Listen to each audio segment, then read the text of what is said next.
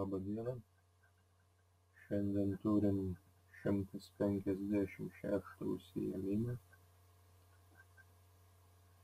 Praeitą kartą kalbėjome apie buities ir tradicijų pokyčius XIX amžiaus pradžioje, XX amžiaus pradžioje, tame laikotarpyje. Šį kartą pratęsime pirmiausiai apie švietimo raidą ir spaudos plitimą. Taigi XIX amžiaus pabaigoje daug dėmesio pradėta skirti švietimui. Pramonės įmonėms vis labiau reikėjo išsilavinusių darbininkų, kurie galėtų dirbti su nauja technika. Daugelyje Europos valstybių buvo įvestas pradinis mokymas. Sumažėjo žmonių neraštingumo lygis.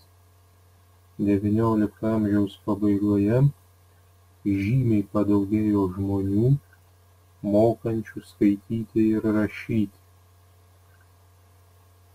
Tačiau dauguma vaikų mokyklą lankė iki 11–12 metų. Sulaukę tokio amžiaus, vaikai dažniausiai eidavo dirbti. Tik viduriniosios ir aukštesniosios visuomenės klasės tėvai galėdavo leisti vaikus tęsti mokslą vidurinėje mokykloje. Pavyzdžiui, Vokietijoje net 92% vaikų lankė pradinę mokyklą, tačiau tik 8% iš jų mokėsi vidurinėje. Suprantama, jog mokytis aukštosiose mokyklose galėjo tik nedaugelis. XIX amžiaus pabaigoje vis daugiau pradėta spausdinti knygų, žurnalų, laikraščių. Tai lėmė keletas priežasčių. 1884 metais išrasta nauja teksto eilučių rinkimo ir liejimo spaudai mašina, tai yra linotipas. Atpigo popierius, išaugo raštingumo lygis. Verslininkams buvo reikalinga prekes reklamuoti laikraščiuose, kad jas galėtų greičiau ir efektyviau parduoti vartotojams. Spausdinimas tapo svarbia pramonės šaka.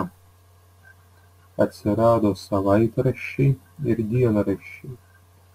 Leidėjai, norėdami padidinti laikraščių tiražus, stengėsi sudominti skaitytojus įvairiausiomis temomis. Laikraščiuose buvo spausdinamos kriminalinės kronikos, sporto naujienos, politinės apžvalgos, ekonomikos žinios. Pasirodė ir kabutėse geltonosios spaudos leidinių. Pastarasis terminas kilo dėl geltono rašalo, kurį naudojo vienas Niujorko laikraštis. Šiuose leidiniuose buvo publikuojamos sensacingos žinios, išgalvoti ir nepatikrinti faktai, dažnai kompromituojantys garsius žmones. Apie kiną. 1895 metais gruodžio mėnesio 28 dieną Paryžiaus gyventojai rinkosi Kapucinų bulvaro kavinėje į pirmąjį kino seansą. Broliai Louis ir Augustas Liumjerai demonstravo kelių minučių trumpametražius kino filmus. Kabutėse darbininkų išėjimas iš Liumjero fabriko, kabutėse kūdikio pusryčiai, kabutėse plietas laistytojas ir kitus. Didžiausią įspūdį padarė kino filmas "Traukinio atvykimas į geležinkelio stotį", kuriame lokomotyvas rieda tiesiai link kameros, tai yra tiesiai į žiūrovus. Per pusę metų "gyvieji paveikslėliai", taip pradžioje buvo vadinami kino filmai, pavergė visą pasaulį. Minios žmonių plūdo į pirmuosius kino seansus, nes bilieto kainos buvo prieinamos net labai neturtingiems žmonėms. Jau 20 amžiaus pradžioje Europoje ir Amerikoje imta statyti pirmuosius nedidelius kino teatrus. JAV kino teatrai buvo vadinami Nikelodeonais, nes bilietas kainavo tik 5 centus vieną nikelį.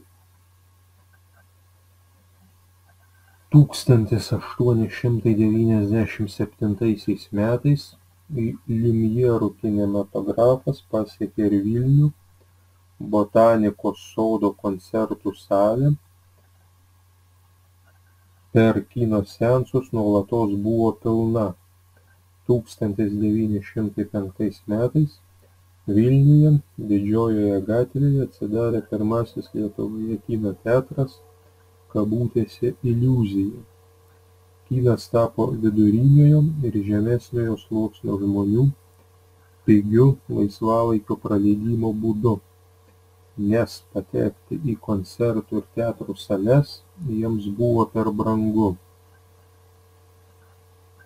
Apie sportą, olimpinių žaidynių atgaivinimą. Dauguma pasaulyje paplitusių sporto šakų turinys, taisyklės susiformavo XIX amžiaus antroje pusėje ir XX amžiaus pradžioje. Tuo metu įvairiose pasaulio šalyse buvo pradėta rengti sporto varžybas, buvo įkurtos nacionalinės ir tarptautinės sporto organizacijos. Anglijoje pradedama žaisti futbolas, regbis, badmintonas, lauko tenisas. JAV sukuriamos beisbolo, krepšinio, tinklinio taisyklės. Danai sukūrė rankinį, kanadiečiai ledo ritulį. 1851 metais Londone įvyko pirmasis tarptautinis šachmatų turnyras. XIX amžiaus viduryje įkuriami alpinistų klubai, pradedamas plėtoti turizmas. 1894 metais Paryžiaus Ruano kelyje įvyko pirmosios automobilių lenktynės. Didžiausias automobilių greitis šiose lenktynėse buvo 17 km/h. Siekiant išplėsti tarptautinį sportinį judėjimą, XIX amžiaus pabaigoje Piero de Coubertino iniciatyva tarptautiniame Paryžiaus kongrese buvo priimtas nutarimas atgaivinti olimpines žaidynes.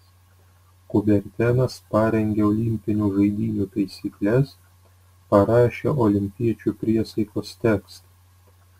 Olimpinės žaidynės buvo surengtos 1896 metais Atėnuose, kurie pasirinkti neatsitiktinai, o norint pabrėžti, kad pirmosios olimpiados prasidėjo būtent senovės Graikijoje. Lietuviai pirmą kartą olimpinėse žaidynėse dalyvavo 1924 metais. Klausimai ir užduotys. 1. Trumpai papasakokite apie švietimo raidą ir spaudos plitimą. Kodėl XIX amžiaus pabaigoje išaugo laikraščių ir žurnalų tiražai? Pasakokite ir atsakykite remdamiesi pateiktą medžiagą ir žiniomis. Antra. Trumpai papasakokite apie kiną. Kodėl XIX amžiaus pabaigoje plačiai paplito kinas. Pasakokite ir atsakykite remdamiesi pateikta medžiaga ir žiniomis. Trečia. Trumpai papasakokite apie sportą, olimpinių žaidynių atgaivinimą. Kokios sporto šakos XIX amžiuje buvo sukurtos Anglijoje ir JAV? Pasakokite ir atsakykite remdamiesi pateikta medžiaga ir žiniomis.